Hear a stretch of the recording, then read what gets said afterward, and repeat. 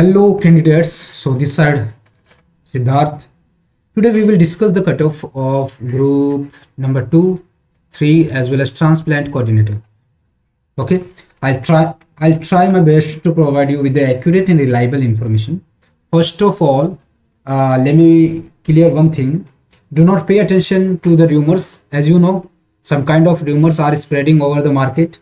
This time, the number of application form will be the very lowest. Remember one thing. Okay. And even in MCRE, I have heard people claiming that around 2 lakh forms are filled only for the group 2. That is not possible at all. And if you see in reality, hardly more than 40,000 application form are submitted this time. I have also personally confirmed that this year the number of examination center across India have been reduced to nearly 33. So please stay away from this kind of misinformation that 2 lakhs forms are filled up. The cutoff figures I am sharing with you are purely data driven, prepared on the basis of wide sample size. While estimating these cutoffs, I have carefully considered the paper strength of previous year, the difficulty level of this year's, as well as the attendance trends and overall level of questions. Not only by me, but also many colleagues from the AIMS Delhi sent this data to me. So stick to that information I am providing you guys. After this, we will discuss how to prepare effectively for your skill test. So first of all, this is your group 2 number. Okay, how many vacancies are there? First we will discuss about that. So category wise, if you see, then there are 33 posts in OBC 16, for SC 9, ST 2, EWS 3, and PWD candidates are 2. So total are 63. These 2 will be shifted to the in horizontal reservation, that is under UR 33 posts. So grand total vacancies, if you'll see, that will be your 61 will be shifted to this one. That will become 64. And if you'll see, we can say expected skill test category wise, तो कितना बुलाएंगे ना, that ये matter करता है. अगर आप UR से हो, because they will call you total 64 vacancies है और वो 1448 लोगों के आसपास बुलाएंगे. बेसिकली अगर 64 का 64 का अगर 16 टाइम्स देखोगे ना, तो 1000 या 1100 के आसपास हो रहा है. लेकिन कुछ लोग सेम मार्क्स पे होंगे और उनको सबको बुलाया जाएगा. जो मेरे पास डेटा है, 1448 peoples will be called for the test, skill test. ठीक है. तो यूआर की जो जिसके भी 228 से ऊपर मार्क्स बन रहे हैं, वो स्किल के लिए बुलाया जाएगा. Remember, this is not final cut off basically, और final cut off will be discuss further. ये सिर्फ यूआर की कट ऑफ है 228. जिसके भी ईडब्ल्यूएस में 202 मार्क्स आ रहे हैं ना, वो उसको भी स्किल के लिए बुलाया जाएगा. 205 पे ओबीसी में, एससी में 187 और 177. ये these people will only be call for skill test. इसका मतलब ये नहीं कि आपका सिलेक्शन हो रहा है. जिनको भी स्किल के लिए बुलाया जाएगा, दे विल बी 16 टाइम्स. तो 16 टाइम्स लगभग 1448 लोग होंगे. बेसिकली बनते 1000 के समथिंग आसपास. नाउ ये है आपकी फाइनल कट ऑफ. देखो, फाइनल कट ऑफ पे जाने से पहले ना मैं कुछ बता देता हूँ आपको कि आपको स्किल की तैयारी कैसे करनी है. और as you know that you have also heard about that कि MCRE जो नेक्स्ट MCRE है वो नहीं आने वाली है, और ये कंफर्मेशन हो जाएगा आफ्टर 15 डेज की आएगी या नहीं आएगी. तो उसके लिए आप वेट करो. तब तक आप क्या कर सकते हो, तब तक आप स्किल की प्रिपरेशन कर सकते हो, एज वेल एज जब तक आपका रिजल्ट नहीं आए. रिजल्ट कब आएगा हम लास्ट में डिस्कस करेंगे. तब तक आप जिस भी दूसरी एग्जाम की प्रिपरेशन में लगे हुए हो, उसकी प्रिपरेशन कर सकते हो. अब जो ये मैंने ग्रुप कोड की जो फाइनल कट ऑफ बताई है, हम लास्ट में क्या ना स्किल की प्रिपरेशन कैसे करनी है वो भी मैं आपको बताऊंगा. तो इस वीडियो में बने रहना. तो अगर हम एक्सपेक्टेड फाइनल कट ऑफ की बात करें तो 297 प्लस जिसके भी यूआर में आ रहे हैं वो अश्योर हो जाओ. इसमें ये माना गया है कि स्किल टेस्ट लगभग सभी लोग क्लियर कर लेंगे, क्योंकि ओनली 20% लोग ही फेल होते हैं स्किल टेस्ट में. ठीक है. एंड ईडब्ल्यूएस की देखें तो 285 प्लस है, क्योंकि 3 पोस्ट है. 285 प्लस है, तो वो लास्ट वाला जो ईडब्ल्यूएस का बंदा होगा he will score more than 285. OBC 281 तक श्योर रहो. एससी का 263 एंड एसटी का 270 पे भी श्योरिटी के साथ है कि आपको किसी न कोई एम्स में आप एडमिनिस्ट्रेटिव डिपार्टमेंट में ऑफिसर बन जाओगे. Now will discuss about the group code 3, that is UDC NDC. देखो इसके अलावा हम ना कुछ पेपर का एनालिसिस कर लेते हैं इस बार की, जो ग्रुप नंबर 2 की है और उसका कुछ पेपर का एनालिसिस भी कर लेते हैं साथ साथ में। ग्रुप 2 में इस बार अगर देखोगे ना तो around 9 questions were from your computer end, और इंग्लिश के 4 to 5 questions were there from English. And ये जो इंग्लिश के क्वेश्चंस थे that were not that much easy basically. तो कंप्यूटर में देखा जाए ना तो कंप्यूटर का तो डिफिकल्ट लेवल के क्वेश्चंस थे, तो मैं तो मॉडरेट से डिफिकल्ट भी नहीं बोलूंगा, these were difficult level of course, no doubt. इसमें सिर्फ मदरबोर्ड वाला जो क्वेश्चंस था that was expectedly very easy, as well as आपका जो फ्लैश मेमोरी था वो भी थोड़ा सा ईजियर साइड में था, बाकी के क्वेश्चंस इतने इजी नहीं थे भाई, ठीक है। तो कंप्यूटर के क्वेश्चंस जो 9 थे वो डिफिकल्ट लेवल के क्वेश्चंस थे, इस वजह से थोड़ा सा क्या जा सकता है आपका कट ऑफ कम। अगर हम बात करें जीके जीएस के, तो जीके जीएस के सिर्फ एक गुजरात का जो क्वेश्चंस था और वो काफी इजी क्वेश्चन था, उसके अलावा जो बाकी के जो क्वेश्चंस हैं basically that are not that much easy, तो वो मॉडरेट टू डिफिकल्टी लेवल के हैं, ठीक है। अब अगर बाई चांस नेक्स्ट एमसीआरई आता है तो आपको करना क्या है, एमसीआरई के लिए जो आप रूल्स पढ़ रहे हो, सीसीएस रूल्स पढ़ रहे हो, मतलब डोमेन की जो प्रिपरेशन कर रहे हो ना, डोमेन की प्रिपरेशन छोड़ दो।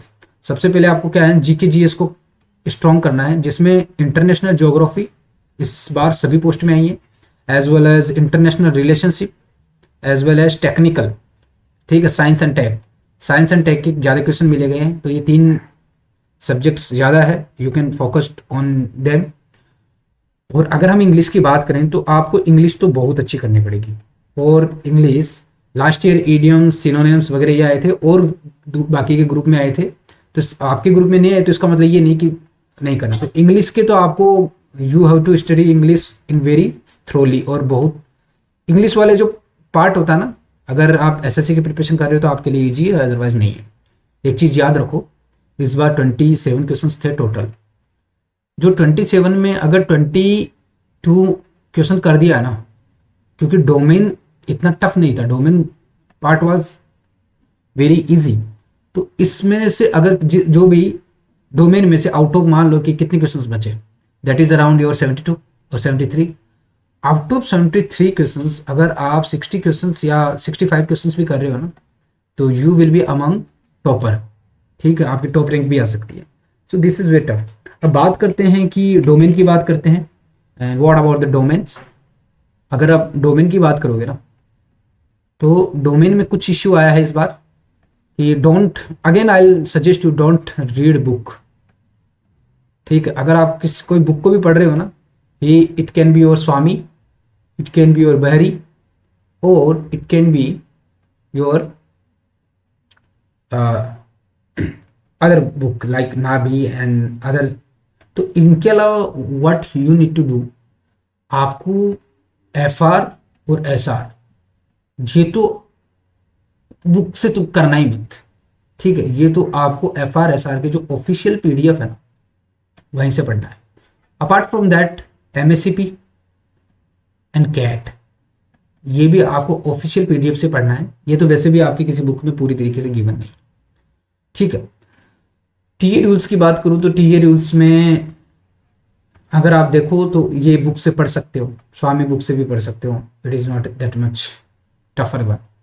तो ओवरऑल अगर मैं इसका जिस्ट आपको प्रोवाइड करूँ, ठीक है, तो इसका जिस्ट एक ही बात बोलूँगा मैं आपको कि ऑफिशियल डॉक्यूमेंट पे डिपेंडेंट रहो। इस बार ऐसे बहुत ज़्यादा अनसर्टेन क्वेश्चन थे जो ऑफिशियल डॉक्यूमेंट से तो करेक्ट बैठ रहे हैं, जैसे FR 921 का था, ठीक है। ऐसे ही आपका जो गिफ्ट वाला क्वेश्चन था, ये गिफ्ट वाला तो स्वामी में तो कहीं डिस्कशन ही नहीं है कि गिफ्ट प्रायर सेंक्शंस रिक्वायर है या पोस्ट फैक्टर, ये ऑफिशियल जो डॉक्यूमेंट्स में है। तो जितने भी मैंने क्वेश्चंस देखे ना वो सारे ऑफिशियल डॉक्यूमेंट्स में हैं, और वो डेलिबरेटली ऐसे क्वेश्चंस उठाए हैं जो बुक्स में ना मिले, ताकि ये बुक्स वाला ट्रेंड आपको तोड़ सके, क्योंकि एम्स को भी इतना तो पता ही है, सारी इन्फॉर्मेशन जाती है भाई। अपन लोग जो ग्रुप में भी हैं तो वहाँ से भी उनको कहीं ना कहीं इन्फॉर्मेशन जाती है कि सारा इंडिया स्वामी और नाभी और बहरी बुक पढ़ रहा होगा, और वो आपको सरप्राइज देना चाहते थे, और वो एक ये बना बनाया हलवा जो इतना ईजी नहीं है जॉब लेना, वो उसको तोड़ना चाहते थे, ठीक है। तो इससे ये होता है कि वो खुद चाहते हैं कि आप ऑफिशियल डॉक्यूमेंट्स पे शिफ्ट हो जाओ, ठीक है। तो ऑफिशियल डॉक्यूमेंट्स आई नो कि वेरी टफ टू रीड, इसलिए मैं बुक ला रहा हूँ भाई। मेरी जो बुक है वो ऑफिशियल डॉक्यूमेंट्स के पूरी तरीके से अलाइन होगी, और उसमें ना जो स्वामी या अदर बुक में जितना भी एक्स्ट्रा अगर मुझे कुछ मटेरियल लगा जो ऑफिशियल डॉक्यूमेंट्स में नहीं है, that will be the added. वो तीनों बुक से हो सकते हैं, स्वामी से, नाभि से और बहरी बुक से। वो मैं ऐड करता जा रहा हूँ, आधी चीजें हो चुकी है। वो book your will be the final destination अगर आप फ्यूचर में करना चाहते हो।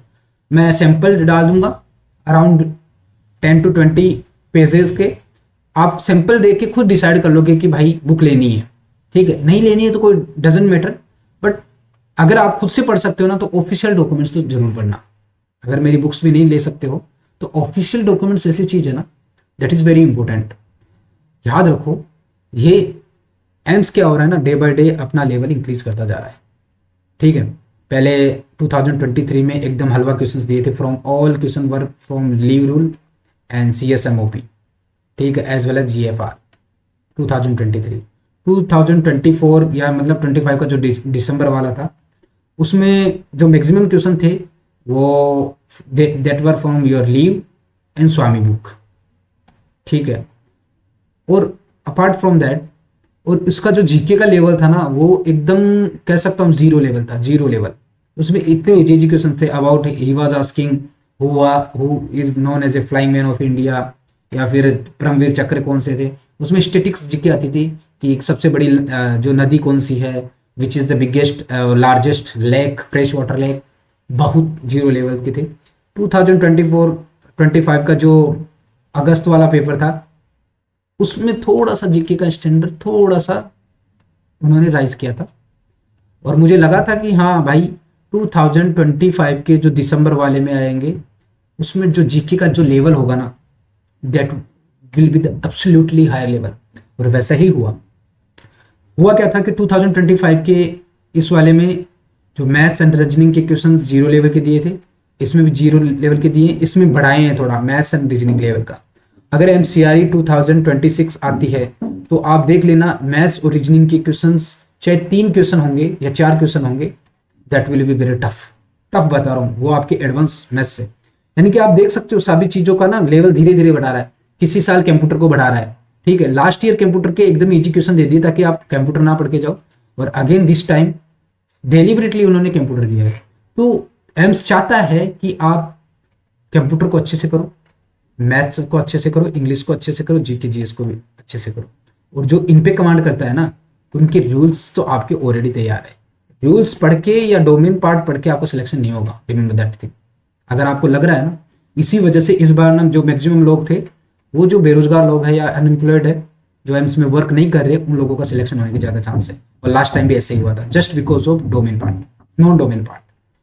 अगर आप जो जनवरी वाले में देखोगे ना 2025 में, उसमें क्या हुआ था कि जो एम्स के एम्प्लॉय है उनका ज़्यादा सिलेक्शन हुआ था, क्योंकि जीके जीएस का इतना इजी पार्ट दे दिया था ना कि कोई भी कर पाएगा। इसलिए वो डोमेन में तो उनको आप फेल नहीं कर सकते, डोमेन में वो अच्छे खासे ले आए थे। That time first time MACP was introduce as well as CAT question was introduce.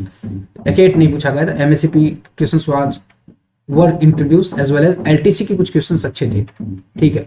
But अब LTC और जो मतलब बना हुआ है ना, जो ज़्यादा वो है like your pension as well as your leave rule से तो फिर भी क्वेश्चंस आए हैं, बट अपार्ट फ्रॉम दैट जो स्टैंडर्ड टॉपिक्स है लाइक GFR को पूरी तरीके से गायब कर दिया, CSMOP को इस तरह इस बार पूरी तरीके से गायब कर दिया। तो जो कन्वेंशनल टॉपिक्स है वो हटते जा रहे हैं, तो जो न्यू टॉपिक्स है वो ऐड होते जा रहे हैं लाइक। तो नेक्स्ट टाइम के लिए ना सरप्राइज मत होना, अगर जैसे इस बार DAPR से काफी अच्छे क्वेश्चंस आए थे, और मुझे लग ही रहा था यार DAPR तो बहुत इंपॉर्टेंट चैप्टर है, एज ये फाइनेंशियल सेक्शन से रिलेटेड है, और आपका पूरा का पूरा एक डिपार्टमेंट एडमिन में फाइनेंशियल सेक्शन से रिलेटेड था, और इससे क्वेश्चन नहीं आया, ऐसा हो नहीं सकता। नाउ UPS है, UPS पूरी तरीके से इम्प्लीमेंट हो गई है। आई नो कि इस बार आना चाहिए था, and I was hopping about that कि यार इससे क्वेश्चन आना चाहिए था, नहीं आया तो डजंट मीन कि इससे नहीं आएगा, क्योंकि इसमें कैलकुलेशन होगा, ठीक है। Because there will be the certain types of pool, और you can say your corpus, उस कॉर्पस में कैलकुलेशन होता है। तो जहाँ पे भी एक एडमिनिस्ट्रेटिव ऑफिसर वर्क करता है ना, जिस जिस डिपार्टमेंट में करता है, जैसे प्रोक्योरमेंट में करता है, तो प्रोक्योरमेंट का आप देखना हर साल एक क्वेश्चन मिनिमम आएगा, मतलब मैक्सिमम एक क्वेश्चन, मिनिमम एक क्वेश्चन तो आएगा ही आएगा। ठीक है, कोई भी ईयर ऐसा नहीं हो जहाँ GFR से क्वेश्चन नहीं आते, प्रोक्योरमेंट से क्वेश्चन नहीं आता, हर साल आएगा, क्योंकि काम ही है भाई आप लोगों का। CSMOP का काम इसलिए है कि एज ए असिस्टेंट का वर्क है, तो ये आएगा।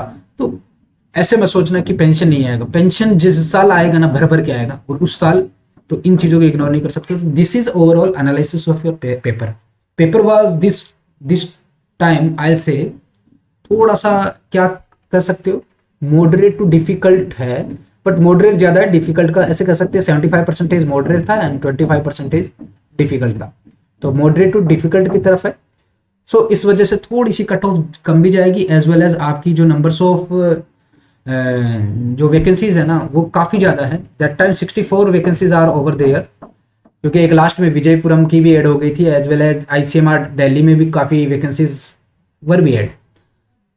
स्किल का हम सबसे लास्ट में बात करते हैं कि स्किल कैसे प्रिपरेशन कर रहा हूँ। मैं पहले बता दूं, इस साल 40% लोगों को स्किल में फेल किया गया था, बहुत लोगों को देख लेना, और ग्रुप में कमेंट में भी जिन जिन लोगों के 300+ मार्क्स थे और जो स्किल में फेल हुए हैं वो इस साल, ठीक है, प्लीज अपनी बताना ग्रुप में आके, ताकि सबको पता चले कि स्किल कितना इंपॉर्टेंट है for you guys.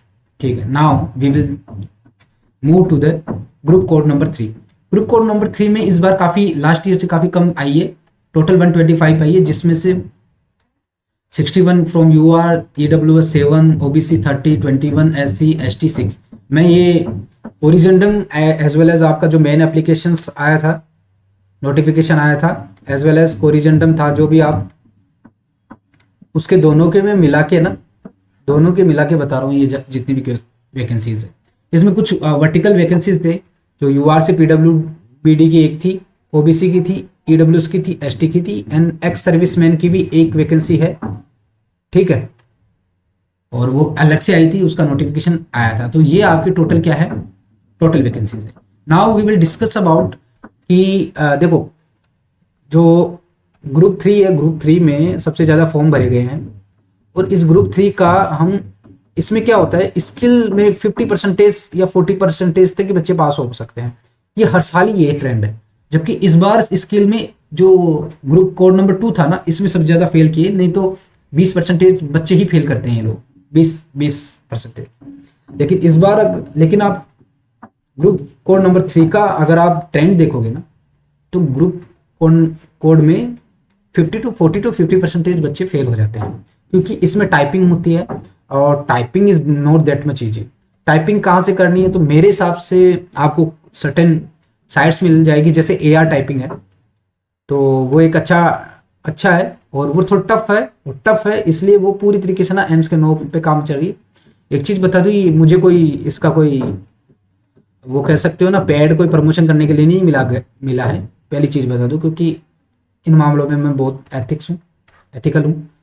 AR typing मुझे ठीक लगा, ठीक है, और AR टाइपिंग से करने वाले बच्चों का सिलेक्शन मैंने अक्सर देखा है, जिन लोगों को मैंने सजेस्ट किया था AR टाइपिंग, लगभग लोगों का सिलेक्शन हुआ है। अगर उन्होंने AR टाइपिंग में अगर वो 36 भी ला रहे हैं ना, तो एग्जाम में भी उनके 36 से अबोव ही आए हैं, 36 पॉइंट समथिंग या 37 तक आ रहे हैं। तो AR typing is the one of the best. Apart from that some are also available there, वो मुझे रिलेवेंट नहीं लगते, बट ठीक है, आप मान सकते हो। अगर वो रिलेवेंट है तो I will provide you the website of this particular few typing sites, तो यहाँ से आप टाइपिंग कर सकते हो। Typing is very tough. तो हम ना ये मानते हैं कि जितने भी बच्चे एग्जाम दिए हैं उन 100% लोगों का स्किल क्वालिफाइड हुआ है। इसमें मैं बता दूं आपको, ये जो जितने भी मेरे पास एनालिसिस करने के लिए आई है एम्स के दिल्ली के कैलिक्स ने दिए, ये कोई 2 से 3 लोगों का ग्रुप नहीं है, टोटल 16 लोग हैं। 16 लोग डेटा सैंपल कलेक्ट करते हैं और इन्फॉर्मेशन अंदर से भी ले लेते हैं। जो भी है मुझे नहीं पता, उन्होंने जो मुझे दिया है वो बता रहा हूँ। UR की 330+ जाएगी अगर हम 100% लेते हैं, या लेके चलो, अगर नहीं लेते हैं तो 10 मार्क्स कर सकते हो, तो 323 तक या T3 के आसपास इसकी, क्योंकि वो स्किल देने की बात है कि स्किल में, मतलब स्किल में ये एक्सपेक्ट करते हैं 100% जितने बच्चे एग्जाम देने जा रहे हैं ना, 100% बच्चों का सिलेक्शन होगा। तो लेकिन ऐसा नहीं होता है, क्योंकि 40% तो फेल हो जाते हैं। लेकिन आई होप कि इस बार ना रिपीटर होंगे और उनकी स्किल जो टाइपिंग है वो अभी तक काफ़ी सुधार आ गया हो। जो राइटिंग है या डिस्क्रिप्टिव पार्ट है ना, वो दैट इज बहुत ईजी है। ओबीसी की बात करें तो 330 प्लस है, तो इसमें 10 नहीं 5 मार्क्स का वो करो, क्योंकि ओबीसी का इतना ज़्यादा वेरी नहीं होता। यूआर का हो सकता है, ओबीसी का नहीं होता। ईडब्ल्यूएस का भी इतना ज़्यादा वेरी नहीं होता। इसमें भी आप 6 to 7 मार्क्स लेके चलो कम, ठीक है। एससी का 301 है तो 290 या 285 तक लेके चलो, और एसटी 287 है तो ऑफकोर्स 270 प्लस भी है ना, तो आपके तो आप होप करो कि आपका फाइनल लिस्ट में नाम हो जाएगा, ठीक है। ये तो है आपके 100% क्वालिफाई होने के बाद की रैंक, और ये है आपके आफ्टर स्किल, क्योंकि हम ये लेके चल रहे कि 40 to 50 परसेंटेज है। इस बार 100% है ना, 100% मैं आई एम श्योर कि 25 परसेंटेज ही फेल होंगे। 75 परसेंटेज बच्चे ऐसे होंगे जो टाइपिंग क्लियर कर लेंगे, क्योंकि मैक्सिमम लोग हैं एम्स में क्या है ना, रिपीटेटर होते हैं लास्ट ईयर के। जो टाइपिंग में फेल होता है ना, तो अभी तक तो उनका इंप्रूवमेंट हो ही जाएगा, क्योंकि आपके पास इनफ टाइम रहेगा। तो टाइपिंग की अभी से प्रिपरेशन स्टार्ट करो। डिस्क्रिप्टिव का आपको ज़्यादा नहीं करने की जरूरत है। डिस्क्रिप्टिव का ना मैं लास्ट में आपको 40 पेज में आपके लेटर्स एज वेल एज ऐसे राइटिंग डाल दूंगा, और 40 पेज से बाहर कुछ नहीं जाएगा, ठीक है। वो 40 पेज देख जाना, एग्जाम के दिन भी देख जाओगे तो you can do, but typing पे अभी से ध्यान दो। तो ये है आपकी फाइनल कट ऑफ, ठीक है। Now we will talk about transplant coordinator. Transplant coordinator में टोटली फॉर्म भरे गए 478 के आसपास, क्योंकि ये बहुत कम थे, तो इसलिए इसकी इन्फॉर्मेशन कैसे निकल के आ ही जाती है। अप्रोक्सीमेटली 328 बच्चे बैठे होंगे, जो भी होंगे। अब बात करते हैं इसमें, तो देखो इसकी टोटल क्या है, 3 वैकेंसीज है, ठीक है। और अगर हम बात करें कि डोमेन पार्ट की, तो डोमेन पार्ट में क्या किया है, डेलिबरेटली एम्स वालों ने बहुत ईजी पार्ट दिया है, बहुत ईजी दिया था कि 80 में से आप 75 प्लस भी कर सकते हो, ठीक है। टॉपर्स जो होगा 75 प्लस कर सकता है, लेकिन इसका जो नॉन डोमेन पार्ट था, इसमें 100% जो भी टॉपर होगा उसको भी थोड़ा जोर आया होगा। हालांकि जितना ग्रुप कोड नंबर 2 और 3 में टफ पार्ट है ना, उतना तो नहीं था, लेकिन नॉन डोमेन में फिर भी था, तो इसका हम एक्सपेक्ट कर सकते हैं 345 प्लस, ठीक है। इसकी कट ऑफ रहने वाली है, ठीक है। और ये बिल्कुल वेरी कर सकती है ±7, बट इससे नीचे या ऊपर नहीं जाएगी, ये फाइनल है, क्योंकि 3 वैकेंसी है और पेपर बहुत ज़्यादा ईजी दे दिया। अब देखो नेक्स्ट ईयर जो MCRE आएगी बाई चांस, तो ये मान के चलना इसका domain part will be very tough, very very tough. बता दूं कैसे। इस बार जो स्टोर कीपर, लास्ट टाइम जो स्टोर कीपर की एग्जाम आई थी ना, उसमें जो डोमेन पार्ट था ना, इतना इजी दिया था, इतना इजी दिया था, हद से ज़्यादा इजी दिया था, इस वजह शूट करी थी। लेकिन अब इस बार अगर आप जिस भी स्टोर कीपर वालों से मिलोगे ना, that was the toughest among the domain. उनका डोमेन क्लियर करना इज वेरी टफर साइड, ठीक है। तो जो स्टोर कीपर वालों का जो डोमेन पार्ट था, बहुत ज़्यादा टफ दिया था। तो फर्स्ट टाइम या सेकंड टाइम ना, हमेशा एम्स की मैंने ये देखा है, एम्स की हैबिट है, सीधा सीधा क्वेश्चन बुक से उठाएंगे, ठीक है, और आपको दे देंगे, ठीक है। इस वजह से ट्रांसप्लांट कोऑर्डिनेटर की बहुत ईजी पेपर था, बहुत। अगर कोई भी 1 महीने में पढ़ लिया होगा ना, तो 80 आउट ऑफ 80 क्वेश्चन कर सकता है। लेकिन मैं पहले बता रहा हूँ, next time you will be surprise to know कि आप 80 में से 60 क्वेश्चन भी कर लोगे ना, तो that you will be under topper. तो बहुत टफ रहेगा नेक्स्ट टाइम। तो प्रिपरेशन उसके अकॉर्डिंग बहुत डेप्थ में करनी है, अगर आपको ट्रांसप्लांट कोऑर्डिनेटर एग्जाम निकालनी है। बिल्कुल ये मत सोचना कि इस बार जैसा पेपर आएगा ना, आई एम 100% श्योर कि next year you will come and you will say कि भैया paper was one of the toughest. जैसे कि स्टोर कीपर वालों को मैंने पहले बोला था, काफ़ी लोग मेरे जानकार थे, उन्होंने बोले भैया लास्ट टू लास्ट ईयर मेरे इतने मार्क्स थे, इस बार मैं ले आऊँगा। और इस बार वो आते ही सबसे पहले यही बोला है कि दैट पेपर वाज अनडूएबल, ठीक है। जैसे कि एम्स ग्रुप कोड 2 का स्टैंडर्ड बढ़ चुका है, 3 का पता नहीं क्यों नहीं बढ़ा रहे। बीच में लास्ट ईयर बढ़ाए थे, लेकिन उसमें कुछ क्वेश्चंस गलत हो गए थे, इस बार वापस कम हुआ है। बाकी जितनी ग्रुप है ना, चाहे आप डाइटिशियन वालों को पूछ लेना, डाइटिशियन का बहुत टफ लेवल आया है। पिछले 2 साल से बहुत इजी और मॉडरेट आया था, इस बार एकदम सडनली इंक्रीज हुआ है। ऐसे ट्रांसप्लांट कोऑर्डिनेटर का जो 2023 वाला था वो बहुत ज़्यादा इजी था, इस बार उससे भी इजी था। एंड नाउ नेक्स्ट टाइम 100% बहुत ज़्यादा टफ आने वाला है। तो ट्रांसप्लांट कोऑर्डिनेटर वालों को भी थोड़ा डेप्थ में पढ़ना होगा। Now we will discuss about the skill code 2। Skill code 2 का क्या करना है।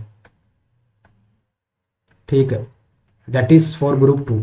स्किल कोड 2 में मैंने कुछ फॉर्मेट्स दिए थे मेरे नोट से, और मैंने अबाउट 17 या 16 लोग थे, इस साल भी थे, लास्ट ईयर भी थे। उनमें से एक लड़का है इस साल जो 47 मार्क्स लाया है, और इस साल ऐसे भी काफ़ी बच्चे हैं जिनके 17 प्लस नहीं गए हैं, और ये बहुत सारे बच्चे हैं। एक बच्चा है जिसके 4 मार्क्स थे, एक के मैंने 0 देखे।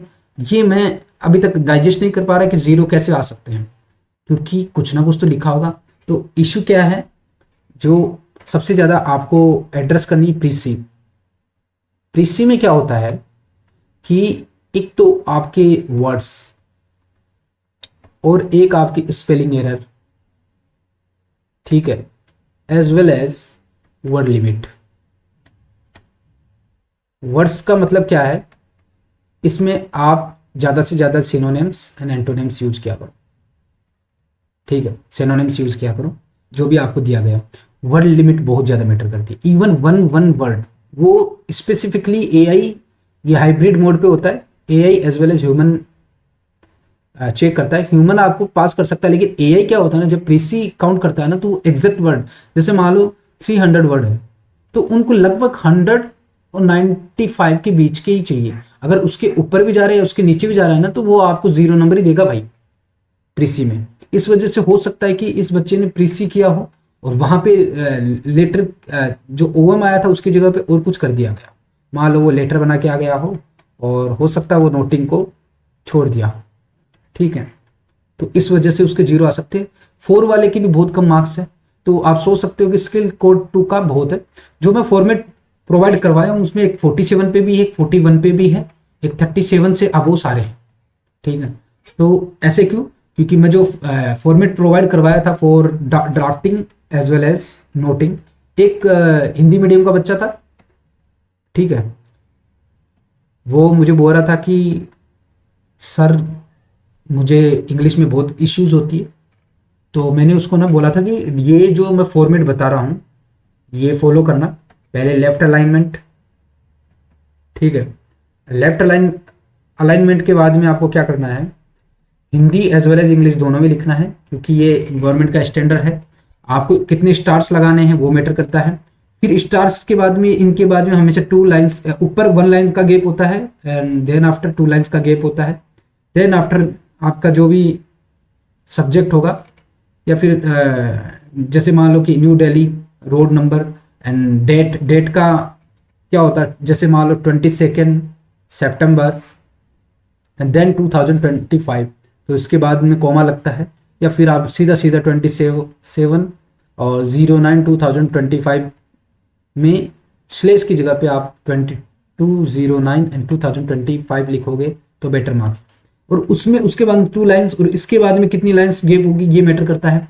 और लेफ्ट अलाइनमेंट में करेंगे तो कैसे करेंगे, किसके बाद में क्या लाइन्स छोड़नी है। तो ये बेसिकली ना मैं जो नोट्स प्रोवाइड करवाऊंगा, और जब क्लास एक क्लास सबकी प्रोवाइड करवा दूंगा। नोटिंग सबसे जो मेजर इंपॉर्टेंट चीज़ होती है ना, वो नोटिंग होती है, क्योंकि नोटिंग का फॉर्मेट एग्जैक्टली मुझे लगता है किसी को नहीं पता। हर बुक, अगर आप अलग अलग बुक देखोगे ना, वो है आपको इंटरनल जो एम्स के अंदर जो नोटिंग होती है ना, वो इंटरनल निकाल के लाके दे दूंगा, ठीक है, जो की हुई है नोटिंग, और वो थोड़ा पर्सनल है, बट मैं आपको फिर भी प्रोवाइड करवा दूंगा, क्योंकि कुछ सैंपल्स के लिए एम्प्लॉयज़ को दी जाती है। तो जो एम्स की इंटरनल नोटिंग का जो सैंपल है वो मेरे पास है। मुझे नहीं लगता वो आपको गूगल पे मिल जाएगी या फिर किसी टीचर के पास मिल जाएगी, वो सिर्फ एम्प्लॉय के पास है, ठीक है। मेरे पास है 1-2, मैं वो प्रोवाइड करवा दूंगा, लेकिन वो मैं आपको PDF शेयर तो नहीं करूँगा, मैं वीडियो ही शेयर करूँगा, and then after I will delete it, तो वो वीडियो देख लेना। तो this is how you have to do hard work. तीसरी चीज़ क्या है ना, आपको इसमें कंटेंट पे पूरा फोकस रखना है। बच्चे कहते हैं कि सर कंटेंट से क्या होगा, फॉर्मेट मैटर करता है। भाई फॉर्मेट बिल्कुल मैटर नहीं करता, ठीक है। फॉर्मेट कब मैटर करता है, जब आपके पास कंटेंट हो। आपके पास कंटेंट नहीं हो, आप फॉर्मेट लिख के आ गए तो 0 नंबर आएंगे। इसी वजह से एक बच्चे के 0 नंबर आए हैं, and it was literally shocked for me कि मैं जब देखा 0 नंबर कैसे आ सकते हैं, ठीक है। और 4 मार्क्स भी बहुत ही कम होते भाई, ठीक है। तो इस चीज़ का ध्यान रखना। इस बार स्किल 2 में बहुत लोग उड़े थे, और वो लोग मुझे ना कमेंट करके जरूर बता देना। So that is what your cut off expectation is there. मेरे पास और किसी का मैं मंगाया नहीं हूँ, मैं स्पेसिफिकली स्टोर कीपर वालों का जरूर लूँगा, क्योंकि मुझे I am curious about this post, क्योंकि इसका बहुत कम कट ऑफ जाएगा इस बार। So thank you for watching this video. Comment करके बताना और लाइक जरूर करना भाई।